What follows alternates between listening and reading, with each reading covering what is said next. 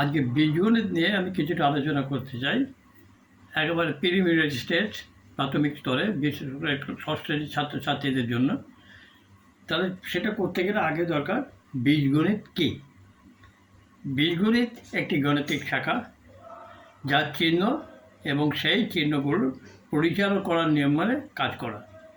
বীজগাণিতিক রাশি বা হেরফেরের সমীকরণ জড়িত। বীজগণিত অধ্যয়ন সবাইকে অধ্যয়ন এবং বাস্তব জীবন উভয় পরিস্থিতিতে নানা রকম সমস্যার সমাধানের জন্য যুক্তিযুক্তভাবে এবং সমালোচকভাবে চিন্তাভাবনা করতে সহায়তা করে। বীজগণিত একটি গণিতের শাখা যা গাণিতিক অভিব্যক্তির দ্বারা সমস্যার বা অভিব্যক্তির আকারে সমস্যার ইঙ্গিত করে। এটি এমন একটা অর্থপূর্ণ গাণিতিক আকারে প্রকাশ করে যা এক্স ওয়াই জেড এবিসি চলক এবং যোগ বিয়োগ গুণ ভাগ প্রভৃতি কার্যকলাপের সঙ্গে জড়িত।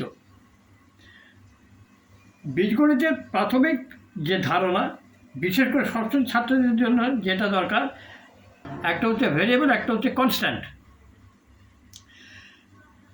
ভেরিয়েবল হচ্ছে যে লেটার বা চিহ্ন বা সংকেত কোনো একটা সংখ্যাকে প্রকাশ করে, যথা যেটা স্থির নয়, যেমন x y z a b c d etcetera.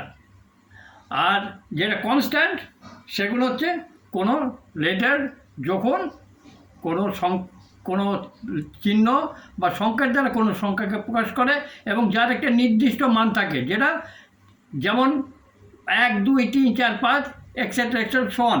আমরা যদি কোনো একটা বীজগণিত সংখ্যা ধরি, যেমন মনে করি 3x যদি ধরি, এখানে 3টা হচ্ছে কনস্ট্যান্ট, এক্সটা হচ্ছে ভেরিয়েবল বা দ্যাট ইজ চেঞ্জেবল।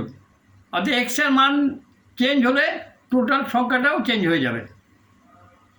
যেমন আমি 2x যদি করি 2, আর তার সঙ্গে এক্সের মান যদি 1 হয়, তাহলে 2 1 দ্যাট ইজ 2 হয়ে গেল। এইভাবে এটা কনস্ট্যান্ট এবং ভেরিয়েবলের দুটোর সমষ্টি হয়।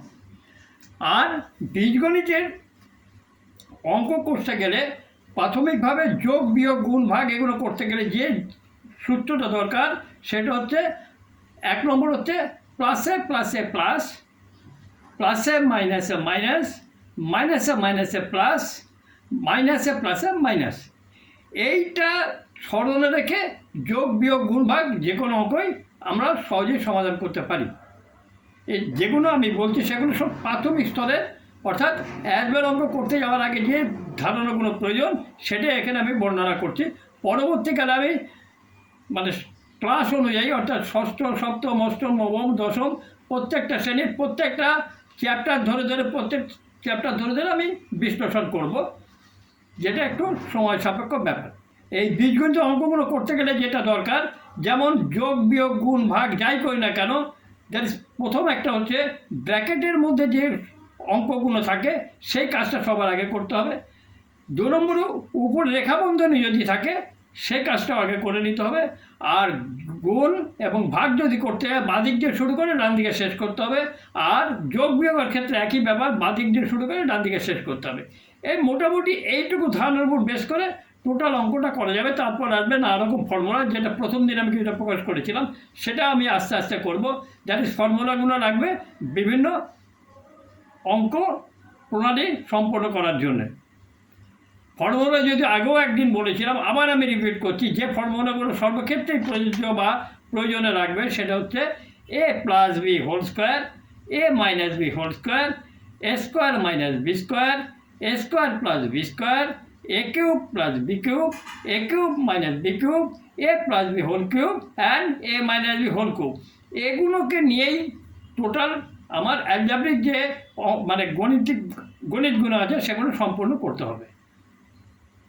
আমি পরবর্তীকালে ক্লাস 6-এর বীজগণিতের কী কী কোর্স আছে, বা ক্লাস 6-এর গণিতের বীজগণিত পাটিগণিত বা কী কী চ্যাপ্টার আছে সেগুলো আমি ধরে ধরে আলোচনা করব। Thank you. আজকের ভিডিওটা যদি আপনাদের ভালো লেগে থাকে তাহলে প্লিজ আপনারা সাবস্ক্রাইব করুন এবং লাইক করুন। নমস্কার।